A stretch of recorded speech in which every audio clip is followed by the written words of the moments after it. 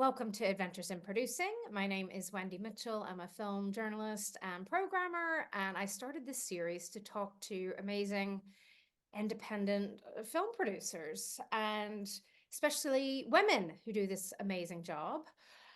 Today's guest is slightly different because I think of her, before I think of her as a producer, I think of her as a director, but she's a real multi-hyphenate. It's Jeanie Finlay.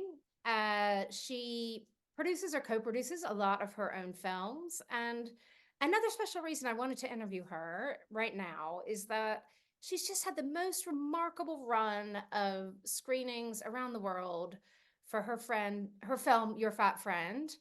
And this is not only a film I loved, but I just found it so heartening and inspiring to see Jeannie's pictures from the road or her TikToks or videos or whatever, showing just how much audiences have connected with this film and how she's been able to do that. It's really been a joy for me to see how this is what it's all about, films and audience, and getting them together. So I'm going to ask her more about that. So Jeannie has worked both for cinematic documentaries and for TV.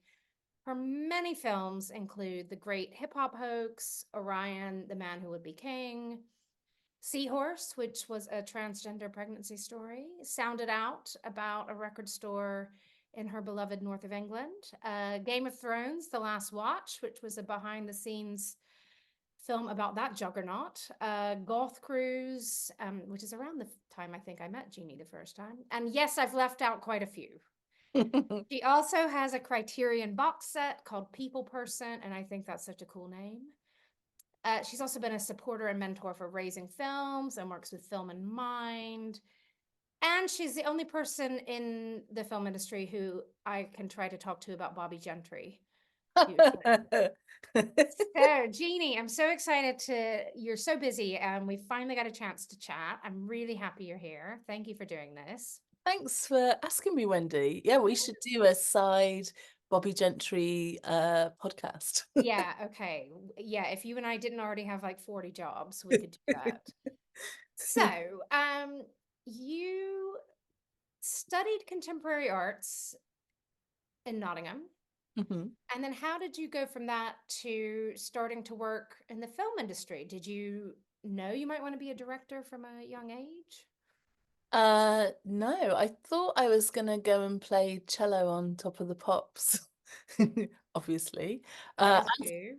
I studied music and visual arts at university. Okay. But that is a cello behind you, yes? That is my cello. That's the cello that I play cello on the soundtrack for Seahorse.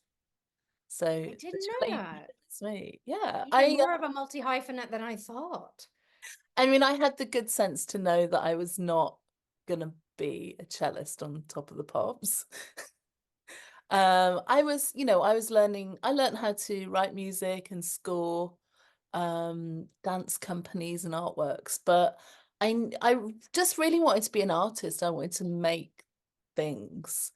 And so when I left university, I set up a company making my own artwork, but also sort of doing arts education and arts branding. So I was doing a lot of print and design work for people. And I mean, to cut a long story short, I spent a number of years making large scale video installation and artwork for galleries. And I'd been commissioned to make a piece of work where I did a residency in the living rooms of older people who were housebound, so they didn't ever leave their homes. And part of the commission was I was supposed to show the older people that I was working with how to use technology, and they had no interest in doing that whatsoever at all. They wanted to just talk. And it was as organic as, what if the conversations are the work? So I started to film them. Now, it's worth saying at that time in Nottingham, there was intermedia film and video. People were picking up cameras and having a go. Shane Meadows was making work, Simon Ellis, Stephen Shield, Chris Cook. So I could see filmmakers around me. And rather than having imposter syndrome and sort of like, oh my goodness, I couldn't possibly do this, I just thought, well, why not me? And I had a go, and I was trained by Roger Notfail, who was a brilliant polymath in Nottingham, and I learned how to film and edit. And the artwork I made, Homemaker, this sort of strange interactive artwork, went viral in the early days of online artwork. It's worth saying I was coding as well, so I'm like a little nerd. So I was hand coding websites and making these interactive documentary works. And it went viral. I got an award in Japan. I went and picked up my award. Big It in Japan, Jeanie Finlay. you know what? It changed my life. It really did. So I went out there, remade the work in Japan. Um, and after that, I just sort of I installed the work as this big sort of touring show going to galleries, and the curator in Aberdeen Art Gallery said to me, you don't need the stuff. I'd built this enormous sort of giant doll's house to present this interactive work. And he just said the videos are the thing, they're the work, they're the best bit. You don't need all this other stuff. And I was spotted by a producer in Nottingham. She asked me what I wanted to make. I'd only made one 10-minute film and this interactive thing, and we pitched it to the BBC, and I got a 60-minute commission as my first ever film. Wow. So And I what was that one?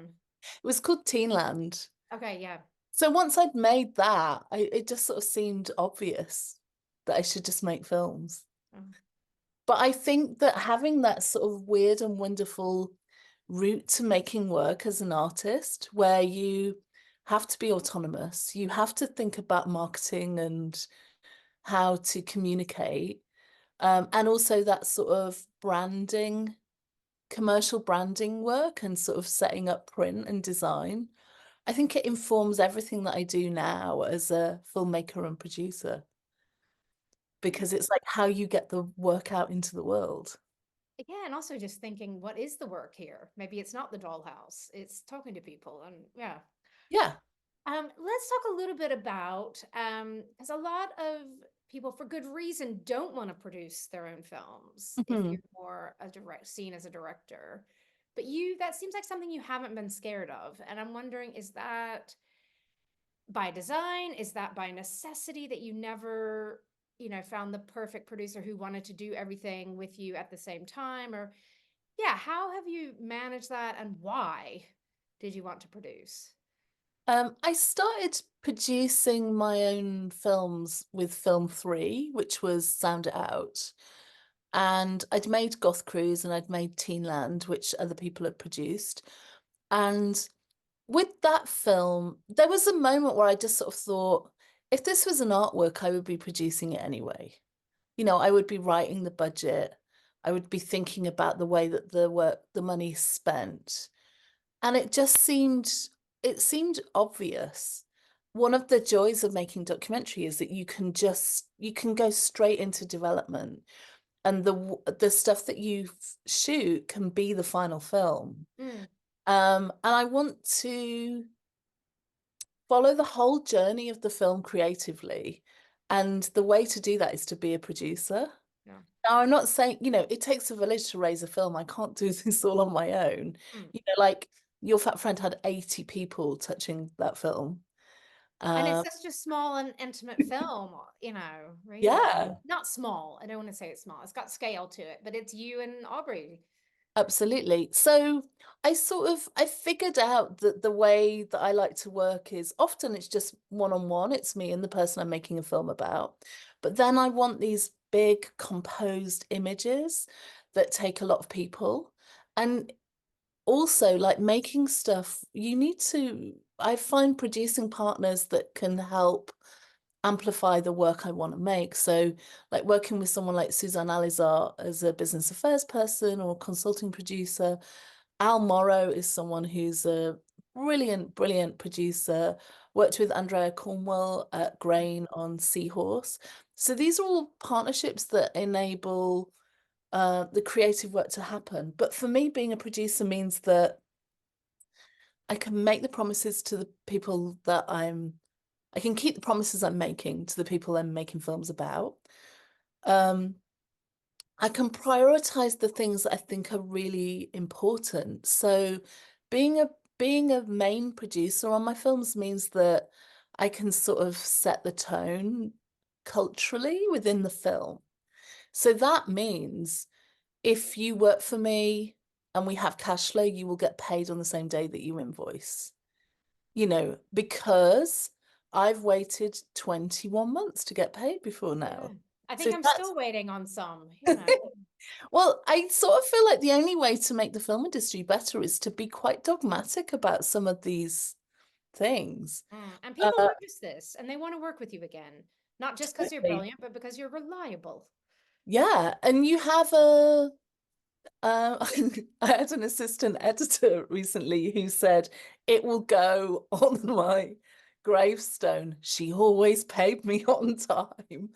Um, things like I can make sure that mental health support is written into the budget Mm, and that we can, I don't know, I just sort of feel like being a producer gives you the opportunity to just to take creative risks. mm. I think there's a very set way of doing things, and because I've come to filmmakers as an artist, because I'm not in London, I'm in Nottingham, and I'm really following my instincts in terms of the films that I want to make. I want to sort of rip up the rule book a bit. And one of the things that I need in order to do that is the rights to my films. There you go. Yeah. So, I want to be financially smart, but also creatively free. And I need to be a producer to be able to do that. Mm, I love it. Do you ever produce anybody else's films? Do you have time to do that? I don't have time, but I would be open to it. I Yeah. sort of I have mentored quite a lot of Yeah. filmmakers, and I'd be quite up for doing that. But sort of like being all in.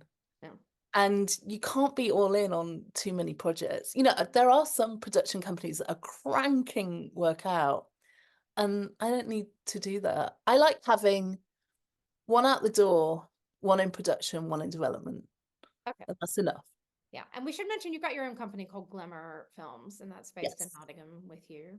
And is Yes. that just you? Do you have other people working for that sort of There's me. ever, or just you staff up for each production? I staff up for each production, but I have a permanent assistant now, Sheena, who works every day.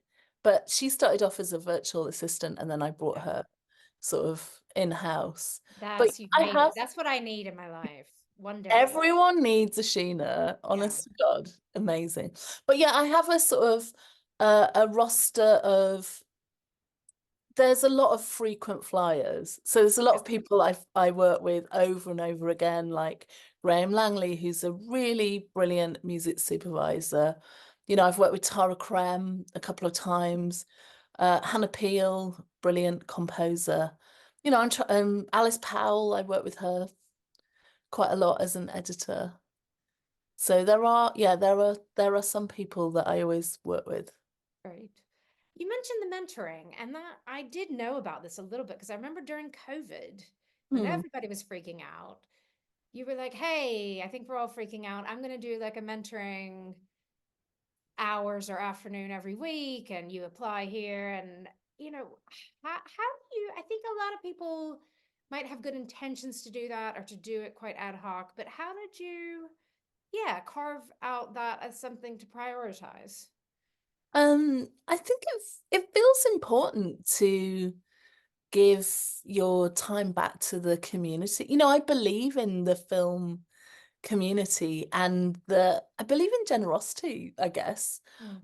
Um, with that, I got applications from all over the world to be mentored. And I did it for a few weeks and then I was like, we don't know what the future is. So I cannot in any good faith advise people because I'm basing it on a world that's now shifted. That shut down for a Yeah. while. Yeah. So what I do now though is I give 1 or 2 slots a year to mentees, and then it enables me to sort of put a cap on it, on the amount of time, but also means that I can work with like women in film and TV or Directors UK or something like, it can be more ad hoc. Like I mentored Sean McElwain, who was my assistant producer and camera on Game of Thrones: The Last Watch, and she just co-directed Once Upon a Time in Northern Ireland. Wow. Okay. Yeah, Oh, amazing work. Yeah. cool. And I know you've also yourself been through different training programs and initiatives, and you've just mentioned Women in Film and TV and Directors UK. What would you say have been some really meaningful programs you've been involved with or organizations that mean a lot to you? I mentioned Raising Films at the start, that I know you've done some stuff with them. And there's probably 50 of them that you could mention, but what sort of sticks out as something that's helped shaped you? I think there's been 2 lots of sort of work that I've done that have been really valuable. When I was an artist, I raised my own money, and I was mentored by Nina Pope and Karen Guthrie, who are artists who are now making film. And it was really, I think I raised like £5,000, and I followed their practice, they followed mine, and we did new stuff together. And it was really like a model for me in terms of how to be mentored, Mm, because it didn't feel like they had all the answers. It just felt like it was just interesting to watch these incredibly maverick and creative women um, making new work, but also encountering stuff in real time. There was not this sense that they were fixed, which I thought was really mm. great. I went to see them give a talk about their work, and they were very glamorous. And I kept finding art felt like a famine of glamour. And I was like, I want them to mentor me. Um, in terms of my own, like recently, Mm. film stuff, I've done I've done programs that have been too soon. Like there is the industrial complex of training. Oh yeah, and co-pro markets and Oh my goodness, labs, and people sometimes will do 20 labs on one film and never make the film. so bad. I mean, if you do that when you do not have the film, it can undermine your confidence. I remember like I did a project years and years ago with Scottish doc and Irish film board. Anyway, I pitched Orion 50 times in a hotel suite in Toronto at Hot Docs, and I didn't even have a trailer. It was the idea that you could just verbally magic something into existence. And it's just like, this is crazy. Um, but I recently had a year of chicken and egg support because I got the Mm. chicken and egg award last year. Amazing organization. Yeah. My little coffee pod here. And with that, I've been mentored by Elaine McMillan Sheldon, and she's a brilliant filmmaker, and it's just great to work with people who are experienced and have a cohort of, like, we have a little WhatsApp group, so it's like, do you know this sales agent? What's this festival like? But the thing that was sort of also really wonderful about that was we had retreats. So the first retreat in upstate New York, it was about this time last year, and we went with our current projects, and it's like, how do we fund them? Uh, rigorously sort of examining the creative stuff around the project, who could be a good partner, but also just really great to work with experienced women. Mm. Like I'm in Nottingham, and so there isn't a big film industry here, but I feel taking part in things like that makes me feel like part of an international community, Mm. and with online stuff, I have a lot of friends in New York, and the cohort for chicken and egg is all over the world. So That feels really good. It feels like you don't have to be limited by where your house is. Mm. Which Make I think work. is great. And, I think we all learned that, especially in the pandemic, that we are all a little Mm. bit lonely and siloed. And it doesn't have to be just your next door neighbor that you bond with. It can Yeah, totally. You further don't afield. like I've made a lot of work in America, but I've always I lived in Nottingham. I like that Nottingham is sort of it's cheap to live here. It's meant that the only job I do is that I'm a filmmaker. This isn't my side gig. This is my main thing, and that I can afford to like structure my time so I don't do emails before 2 p.m. or take meetings. Um, Ooh, la la. so good.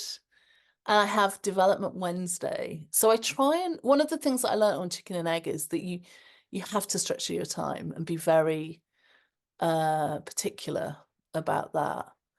Um, and I couldn't afford to do that if my rent was crazy expensive and I'm, having to fit this in as a side hustle. Or even if your office was in Soho and you're Exactly. bumping Or into commute. 80,000 people a day.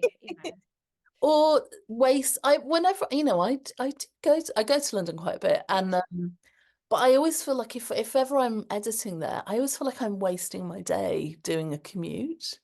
It's just like, why would you do this? I can cycle from here to Broadway Cinema where my office is in 20 minutes. I can be sat at my desk. Love it. I'm going to try to use some of that structure. I don't think I can go till 2 p.m. without emails, but I'm going to think about that. It's a good tip. Let's talk about some of the films because, Sure. that's what we're here for too.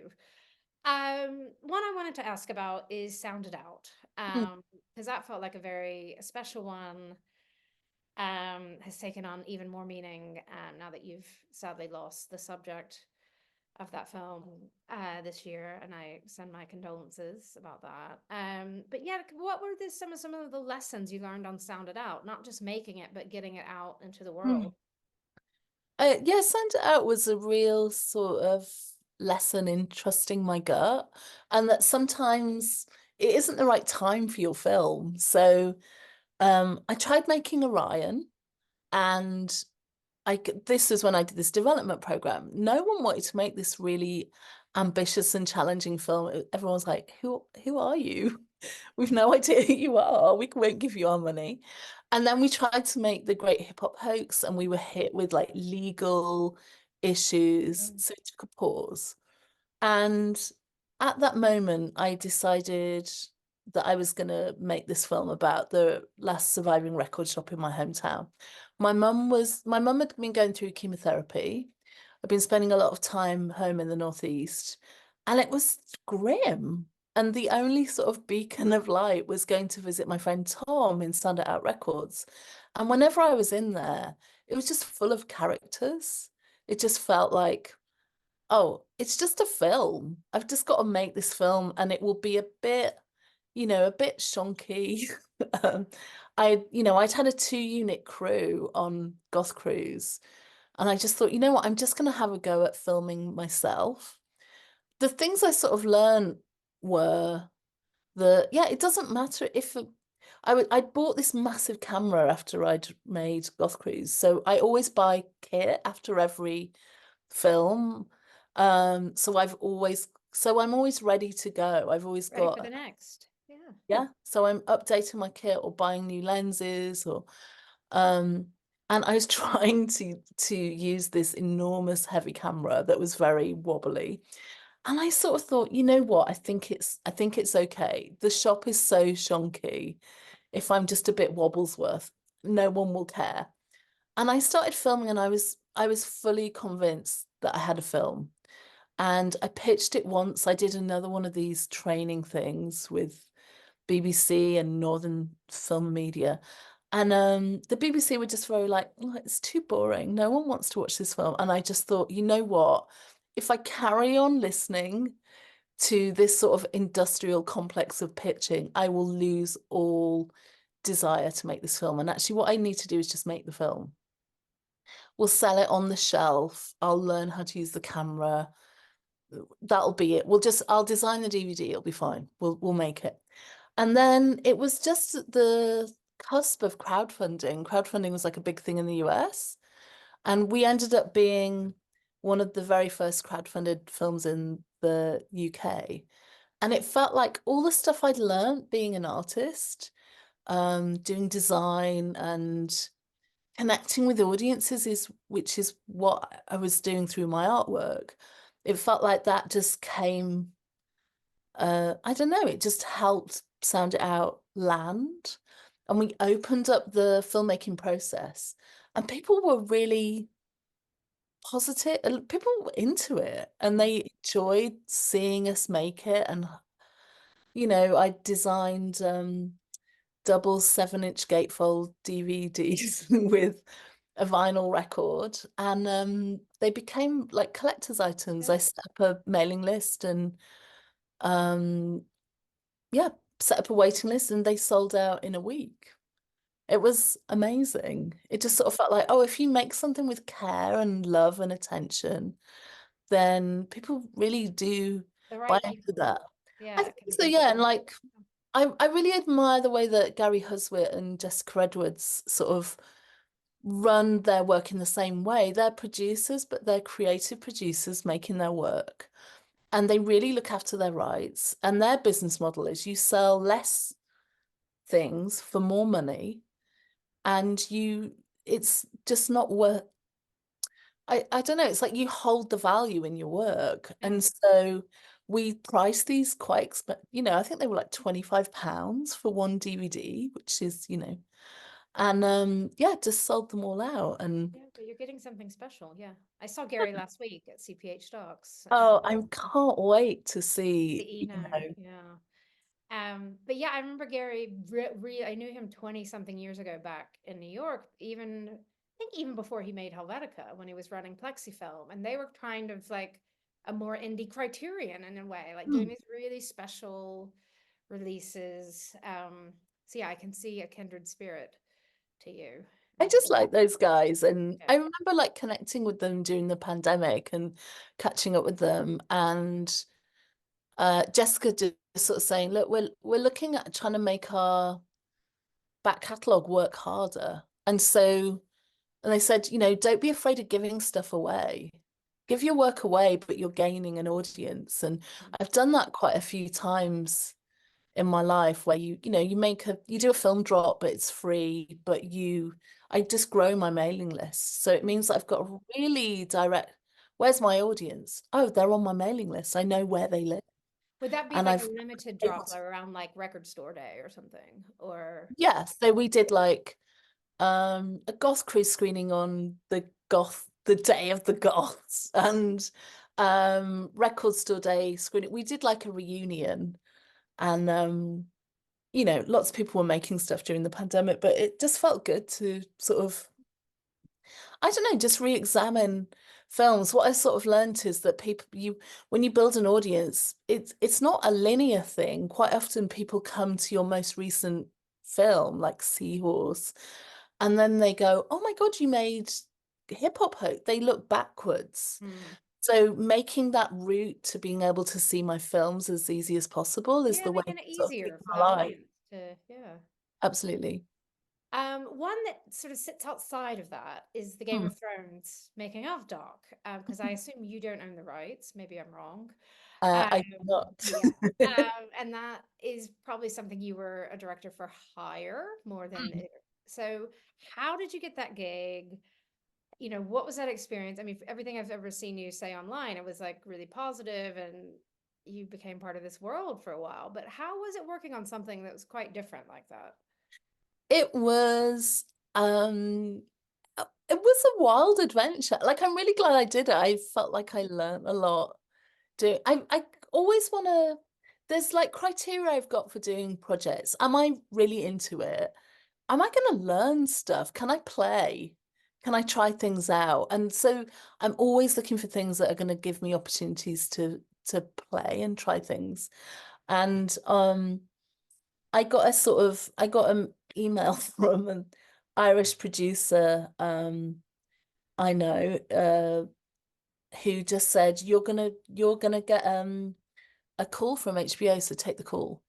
And they were very sort of I'd got these sort of list of names, and I remember Googling them and going, oh my God, this is Game of Thrones. I've not watched Game of Thrones. I'd watched 2 episodes, I think. And at that point, my feeling was anything that needs a map to navigate a TV show is not for me. Or a family tree of Exactly. wizards and But, things. Yeah. but I'm interested in fandoms and audiences and how people use pop culture and music to navigate the world. So I was very interested in that, and also what it means to bring a fantasy world to life is just extraordinary. And so I just thought, you know what, I'm just going to be myself. And I did this like phone interview. Then a couple of weeks later, I got asked if I could just head out to LA, and I met with the showrunners and Bernie Caulfield, who's the producer of Game of Thrones, and met with them. Oh, and Carolyn Strauss as well, who's like commissioned so many amazing shows on HBO. And I just sat in their office in Los Angeles and just told them how I would approach it. I just said I'll find my people. I'd made a film for Storyville called Panto a few years previously. Yes, I'm a fan of that one. Yeah. And I just sort of I thought I'm going to make a big budget version of Panto. So it's like, what does it mean? Um, what does it mean to put a show on? How do you say goodbye? And what are the secret worlds and lives of the people that you don't necessarily know when you first meet them?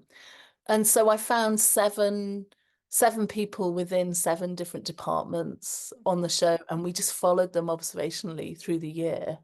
I think we filmed 10 people, and then in the edit it came down to 7. But logistically, as a producer, it was an enormous job. They initially had said that it was going to be produced in-house at HBO, and I would just be directing it. And then after about a week, it became clear that they didn't, the whole documentary thing just felt completely outside of their experience. And they were just like, do you want to produce it? And I was like, yes, I do.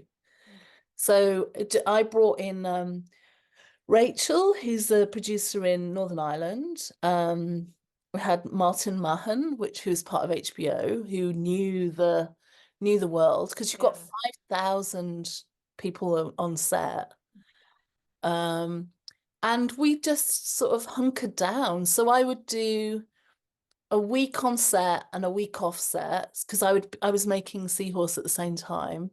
So I'd either be on set filming or in the production office, and then back in London editing Seahorse.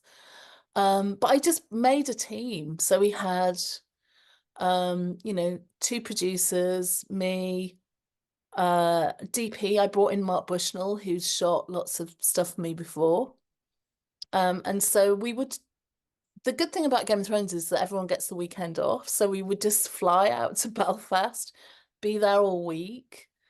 And the thing was, just follow the story. I just kept saying to people, if the scene is a kite who's holding the string, make sure you're seeing this from the point of view from the people you're following.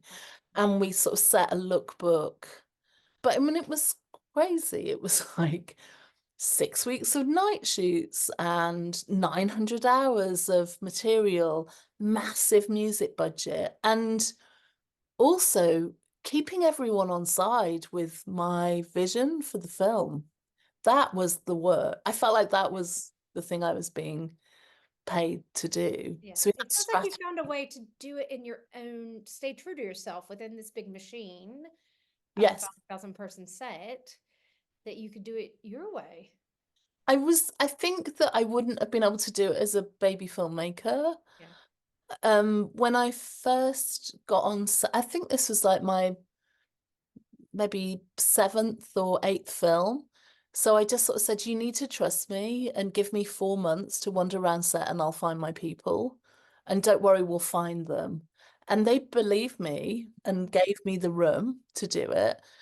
But then we did sort of various strategies to keep everyone on board with what the film was. So a few months into production, we made three pilots of three of the characters because Okay.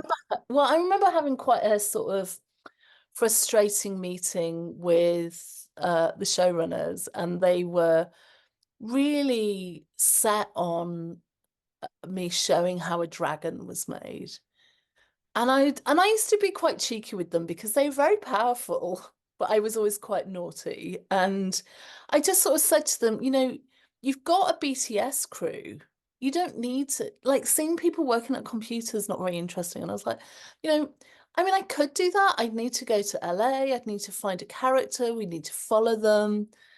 Um, and I think I just sort of said, look, should we watch the clips? Let's watch the clips so you get on board with it. And I cut a clips of the home economists who make all the food. Yeah. They didn't make the main cut, but they were these two brilliant Irish women. So they watched that and they were like, oh, okay, this is good. And then I showed them Sarah, who runs the VFX, and it was about her being reunited with her daughter after being separated by the Beast from the East. It prevented her seeing her daughter for I think it was 4 weeks or something like that. So they're sort of reunited, and they watched that, and I remember seeing Bernie cry, and I was like, okay, great. And then I showed them Andrew McClay, who was an absolutely brilliant extra who I'd found, who I wanted to find a really amazing extra who would just have deep enthusiasm from a crowd of 500 people. I knew that he would show us the scale of the show. And as soon as I met him, I was just like, here's the heart of the film. He's brilliant. So I showed him last, and they watched it and they just went, no notes, Jeanie. You know what you're doing. No notes. So Oh, it was amazing. But that sort of, I mean, I had to I had to have some balls to sort of ride it out. And similarly, things like the most sort of memed scenes in that film are the table read. And I remember the early discussions were, there is no way you can film that. No way. Everyone will complain.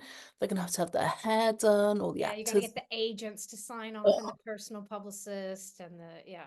So it took me a week to get a meeting with the showrunners, and I remember just seeing David and Dan and saying, listen, I'm not going to come to you for everything, but trust me on this. You need to let me film it. And, if it doesn't work, we don't have to use it. But if you don't let me film it, we've got nothing. Oh, So they were like, okay, let me film it. And the internet, well, people just loved those scenes of seeing yeah. them. It's really special to see all of the cast around the thing.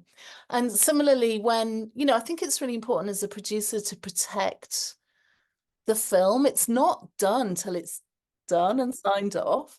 So when we had a rough cut, we flew to LA and we watched it in the HBO cinema because I did not want to send my film and for it to be watched like, Yeah. in the back of a taxi on a phone screen. And I think Al Morrow really sort of taught me the value of you guard the film like a tiger and just make sure that it's, I don't know, it's looked after until it's done, and that you only ever show a cut when it's ready to sustain feedback. Mhm. And managing that feedback thing as a producer, I think is really, it's really important. So what I generally do is I make all my funders come to Nottingham and watch it in the cinema, and we talk A about real it. talk. Yeah. Yeah, because I've seen it when that part of the filmmaking process goes wrong and it's awful. You send a cut early to activate a payment, and what happens it doesn't you know, it doesn't mean that you get the money and everything's great. It means that everyone panics because no one can really watch a rough cut without feeling like they need to fix it. And everyone starts diagnosing the patient rather than just trusting the process and it's going to be fine. Obviously, because, you know, films cost so much money, everyone gets in a panic and comes up with a lot of sort of time-consuming suggestions that aren't always, you know, sometimes it's brilliant and it's really Yeah. helpful. But if you're showing a cut at a time when there's a million things you would change anyway, it's not helpful. Yeah. No, and I think some people want to insert themselves to sort of justify their existence, for various reasons. Yes, But yeah, and I absolutely. think that's not always useful, as you know. Hmm. I wanted to jump ahead to Your Fat Friend because Mhm. I adore this film. Um, and like I said, I've just been so moved seeing how you've really, really deeply connected with audiences with this film. So maybe you can start by just telling me how you first met Aubrey Gordon, who's the subject of the film. And I think it's been more than 6 years, right, that you've been making Oh this. yeah, it's I started making Your Fat Friend before Seahorse Wow. and Game of Thrones. Wow. Okay. I knew that I wanted to make a film about fatness, and I wasn't sure what form it was going to take. And so I quite enjoy the development process of just trying stuff out. And I usually develop films with a camera in my hand. So I went and visited bloggers and went to a fat con in the UK and started doing a lot of deep research and looking into the BBC archive, and nothing was sort of quite hitting me right. It was interesting, but it wasn't political. It was a lot of you go girl, wear the bikini, and clothing felt like a distraction. Um, but it was only through doing that I realized, oh, this I want to make something about politics, about how is the shape of your life different if you're fat, if you take up more space? Mm. And Aubrey Gordon was an anonymous writer using the name Your Fat Friend. I read the very first blog piece that she put out into the world, which was this anonymous Wow. piece sort of describing what it meant to be a super fat woman in the world and how her experience of the world was distinctly different. That she was scared of being kicked off planes, that doctors would refuse to treat her, and that there were distinct experiences from being fat that weren't being aired in public. And I read that and was just like, here it is. This is amazing because it feels accessible, it feels emotional, and it's anonymous. You know, I'd made Orion, the Man Who Would Be King, about an anonymous singer. And so I was immediately sort of interested. So I reached out to Aubrey. But you didn't know it was Aubrey at this time. It was just Didn't know, she had no person. name. Yeah. Spoke to her quite a few times on the phone. And then when I was invited to Los Angeles for my Game of Thrones interview, I hopped over to Portland, did a bunch of filming in Portland because it's a very fat positive city. There's a lot of stuff going on, dance troupes and fat clothing stores. And then I met Aubrey on the last day. And I remember her just opening the door, standing at the top of her stairs and going, I'm a hugger. And hearing this sort of amazing voice and sort of Muppety, self-described Muppety person, but this really tender writing, I was just like, this is great. Maybe Aubrey could be part of my film. Mm. You know, I'm going to make this essay film. Aubrey could write the voiceover, or she could be a part of it. And then I met her dad. I went back quite quickly, did another filming trip, met her dad, and I realized, oh, he can't even say the word fat out loud. And so the gap between Aubrey on her mission to change the world and bring about a paradigm shift about the way that we see fat people and the fat on our own bodies. And here's her dad, Rusty, and he can't say fat.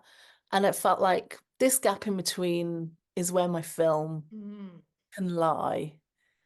And then I just started I just started filming with her, and I got Field Division on board Yeah. quite quickly. Broadway Cinema had funded the initial development, which had enabled me to try stuff out. Mm. And then Field Division came on board pretty quickly as a development partner. And I did initially I made a pilot for Netflix actually for this film. And I remember I'm sort of so glad now that it wasn't a Netflix film because I wouldn't have been able to make this tender oddball of a film. Mm. Um, It would have been a little more typical, maybe the way you would have had to tell the story or something. I think so, definitely. There's a list of editors and DP, everything has to be signed off. And I think sometimes there's a real value in not doing things in the way Not that you're getting signed supposed off. to do them. Um, But I remember they watched we cut an 18-minute pilot over the pandemic, and the feedback we got again was, there's no story here. I'm not sure we want to, Aubrey's great, but there's no story, there's no film. And like Sound It Out, I just sort of felt like I disagree. But the lesson of Sound It Out was, there's just different ways to finish the journey. Just, a streamer isn't the only way of getting to your destination. Mm. And then Field Division came on board as a major funder of the film, as did BFI Doc Society, and it enabled me to, with tax credit, to make the film with soft money, Yeah. which meant we got to the end with all of our rights, which meant that we could really take a chance and experiment and do all of the things that would be absolutely not in my gift if I'd assigned all of my rights beforehand. Mm. Did And you that think felt about really going with a exciting. traditional distributor? I mean, obviously you talked about a streamer, but like Hmm. even just like a UK distributor who would, put it out for you. Did you think about that? Did I you think look at offers? maybe. I mean, maybe if someone like a Dogworth had come Mm. through, then we I might have gone with Dogworth. I like what they do. They have Yeah. great taste and they have great reach. One of the things I would say though is that with this film, I know the audience. Like I've spent a long time getting to know the audience, and I knew they would show up. Yeah. When when the film went live at Tribeca, we were I think I've only been told this anecdotally by other people, so Yeah. this may not be correct, but I was told that we were one of the quickest selling films at the festival. Like our tickets sold out in, I think it was like 5, 10 minutes or something. And And Tribeca has big venues. That's great. yeah, I mean it was very quick. And they added an extra screening pretty quickly, and then they moved one of our screenings once we'd gone home to an enormous cinema, and we had a standing ovation when we weren't there, Mm. which is pretty amazing. Um, I sort of felt, I mean, it's worth saying that distributors in the UK aren't great at getting back to you. So I reached out to a number of distributors for the film, and one of them I know didn't ever watch it because I know if people watch the Yeah. screen or not, I get an email. And another distributor only got in touch with me when it was announced that I was a juror at London Film Festival. Okay. You'd Um, already had a great premiere at Sheffield. we won the audience award at Sheffield. Yeah. I think though I think with this title there's a hesitancy about fatness. I think there was a bit of a, That's again why we need this film. It's still part of I the definitely story. think that there was a little, I'm not sure about this. I'm not sure about whether do we want to say fat out loud? Do we want to grapple with this audience? Because I think it's a good film. But as with my producer hat on, I'm just like, was an obvious audience for this. Yeah. You know, Aubrey's had over 60 million downloads of her podcast. Like when we went to Tribeca, I got the breakdown of how many fans she has in Brooklyn and New York. It's 1.8 million. It's like, of course we sold out really quickly. It's obvious. But then the scary bit for me as a filmmaker is like, well, the audience is there. Is the film any good? And then I remember the the premiere at Tribeca at the end. I'd sort of done this whole thing of don't expect too much, Aubrey, and audiences can be quite weird, and Somebody might walk out, you know. people will walk out, and don't worry about it too much. And at the end of the film, everyone stood up, and I was like, Aubrey, we've got to stop them leaving. And then I realized, oh, it's a standing ovation, and everyone's crying, and so it's been amazing. And How the many screenings have you done around the world, or how many people were at some of those screenings? They looked huge and impactful, not just numbers. so once we sort of knew that we were going to do our own tour, I was like, okay, great. We can just bring in Johnny Tell stories. When I worked with Sally Hodgson in the past, we took Sound It Out, Orion, and Great Hip-Hop Hoax. She sort of added to that release. You know, we've got good relationships with all these cinemas. Just fun, you know, just call them up, book it in. It's easy. You know, and maybe because I'm based at a cinema, I can see you just build, it's all relationships, isn't it? Yeah. So with this, it's just like, okay, Johnny, we'll bring Aubrey over, we'll do special preview screenings. So and let's really make the most of it. So let's do double back to back. So in lots of the cinemas, we got the biggest screen. So at Broadway, it's like 300 people. Manchester, I think it's 400. So in most of the cinemas, we did back-to-back previews. So they were both sellouts. Like So back to back on the same day? yeah. Or yeah, okay. We call at Sundance London, we do like a spillover. So you sell one screen and then 10 minutes later you do it in the next screen, or Well, we were doing like the 6 and the 8. early and then okay, yeah, 6 and 8, that 6 works. and the 8. In Brighton, it was a bit crazy. There was like a spillover at different cinemas in different parts of Brighton. We had Janouche from Bake Off. I saw that. You had some amazing moderators and sort of influencer people, and I love Janusz, yeah. That was Yeah, so I was like, so I introed, Q&A. So it was wild. But I guess with all those previous films, like I know the value of being there and doing things in person. We always have stickers, partly because I like people taking a little piece of the film home. It feels special and it lives on, you know, people put them on their water bottles or on their laptops. And we had merch as well. I remember we Oscar qualified and I had a meeting with a brilliant PR person. And the conversation sort of went like, well, you can, you know, you need to set aside $5,000 to send 5 emails to the Academy. And I was like, I know we're not going to get an Oscar qualification, but it's important for me that we can do this and that my film will get on the radar of all those people in the Academy. Oh, but I know we're not going to get an Oscar qualification. We've got that money, but why would I spend it on sending an email? It seems immoral. So instead, I commissioned 5 different artists to interpret the film. So we had 8-foot high street art in Nottingham. We had alternative posters. And then I had those all printed as merch. So we sold all of those at the screening and Aubrey signed them. And it works because you have this sort of deeper audience connection, but also you have something special. There's something about the community of it all, of being there in person. I've got my memento of this moment, and it feels special. And, you know, and I was commissioning like 19-year-old artists to do their, you know, some of their first work.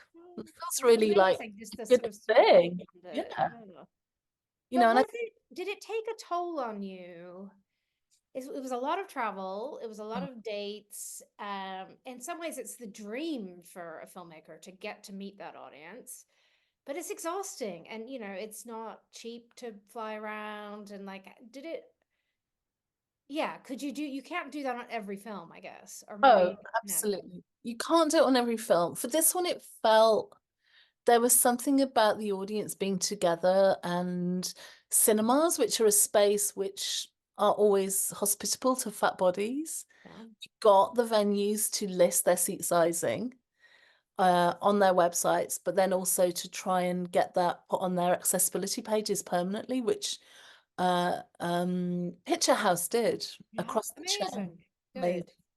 Good. Yeah, it felt important to do it in person for this film, but yeah, it's absolutely unsustainable to do it for all of them. And it we also had to learn very quickly how to choreograph this sort of stuff with Aubrey, because it's completely exhausting for her and Yeah. for me, and for me. So we would choreograph it so we could leave the stage first, and then Recharge somewhere and then continue. have somewhere nice to go and sit. I would always book hotels with a view, so even if we were on the road, you felt like you were In a some place. in a place, you got to see a bit of it. But also we only did, like in the UK, we only did 12 cities as a Okay. preview tour. But that's But still then in quite a the lot. US, it is a lot. And like in the US, the theaters are even bigger. We sold out an 800 seater in Montana. And in Seattle, we did two back-to-back 600 seat theaters. But with that, when it's that many people, no signing lines Yeah.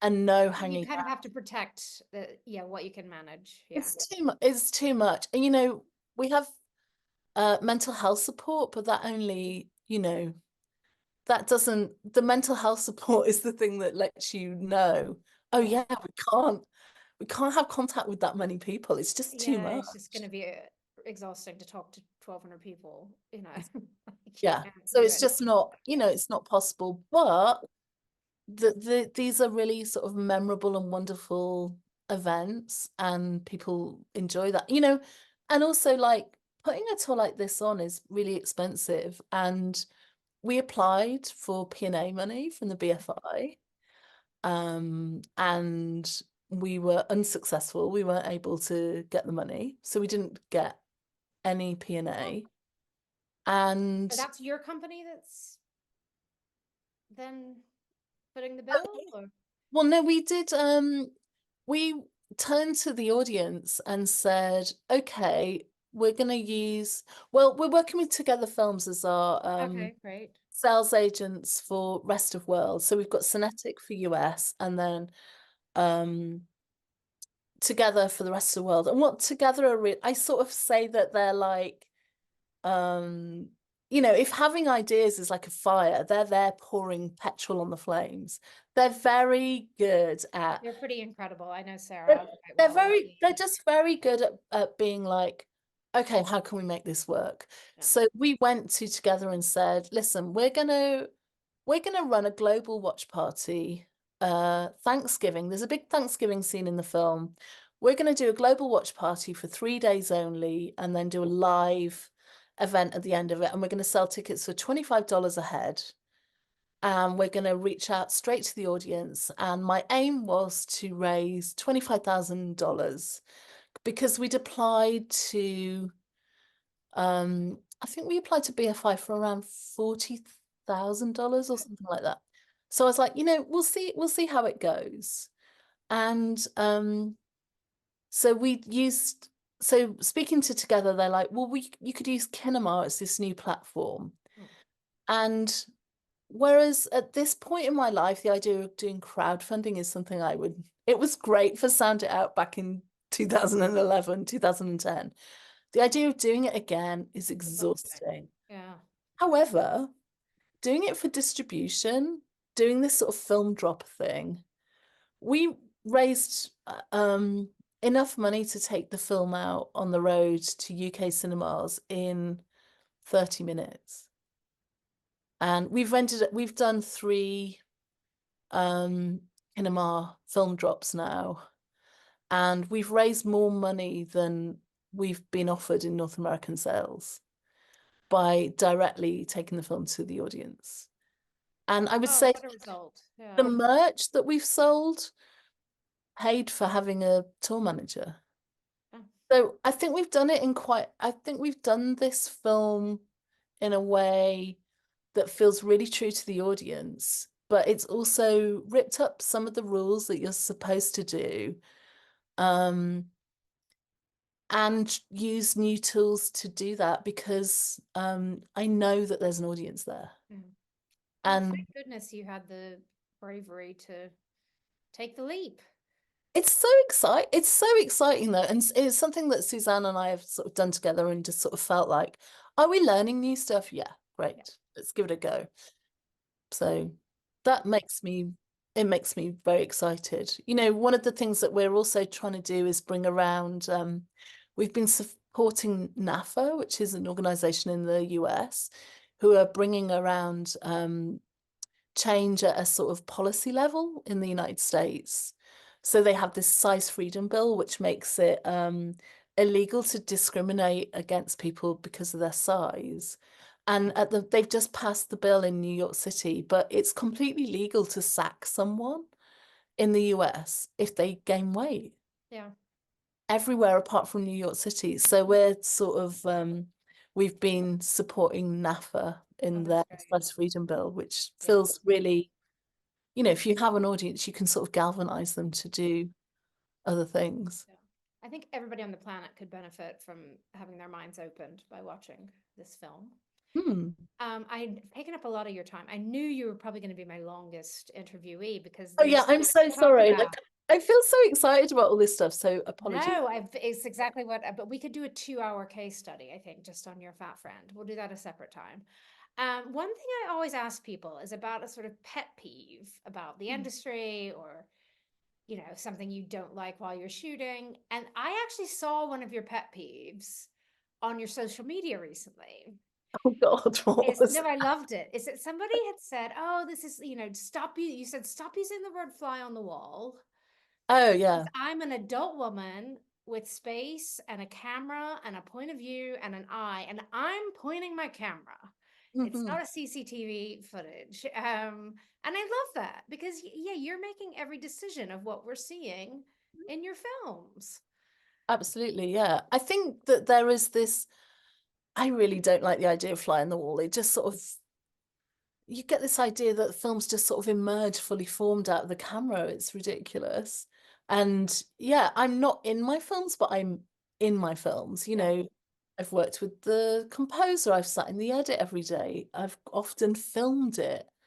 And I think one of the things that I'm interested in is showing relationships. Um, yeah, that's why the relationships are the things that move people, Mhm. you know, and often I'll keep a camera move or a bit of a wobble in, and that's on purpose because I'm showing the audience that this thing happened right here, right now, because I asked that question. Yeah. So you hear my voice. Somebody This else is in the room that you're not seeing. exactly. I think it's important to acknowledge the intervention that is filmmaking. So Mhm. like in Your Fat Friend, there's a moment where I asked Pam, who's Aubrey's mum, did she think anything was going to change? She, you know, she took her daughter to Weight Watchers. And at that moment she goes, "Oh, did I?" And she thinks about it, and then we come back to it the next day. And then she comes to a sort of realization in the moment. And I reframe the camera, and I really like the move. You can see me sort of going in to get to close up on Pam's face as she's really thinking this through. I um I don't read letterbox reviews much, but someone, my daughter's sent me this review, and someone oh no, it wasn't letterbox. Anyway, Someone had sent me a review and they were giving me advice on how I could have cut the film more professionally to get rid of the camera move. And it's just like, oh, I think that there's a real value in being in the moment, because that's the beauty of documentary. You know, we're in the golden age of docs. There's more docs being made than ever before, but a lot of them look very similar because they're using the same cameras with the same DPs, with the same editors, and they're retrospective stories. The things that excites me about documentaries is following an unfurling story and what that intervention looks like in real time. It's really exciting, I think. Well, they said it at Criterion. People person, Jeanie Finlay. Thank you so much for joining us on Adventures in Producing. And it's adventures of a, what did you call it? A polymath? Yeah, maybe. Yeah. A multi-talented woman. Thank you so much for chatting with us, or with me. I don't know why I say us as if there's a team here. The It's just institution. me and my cat in the room. But he's also enjoyed it.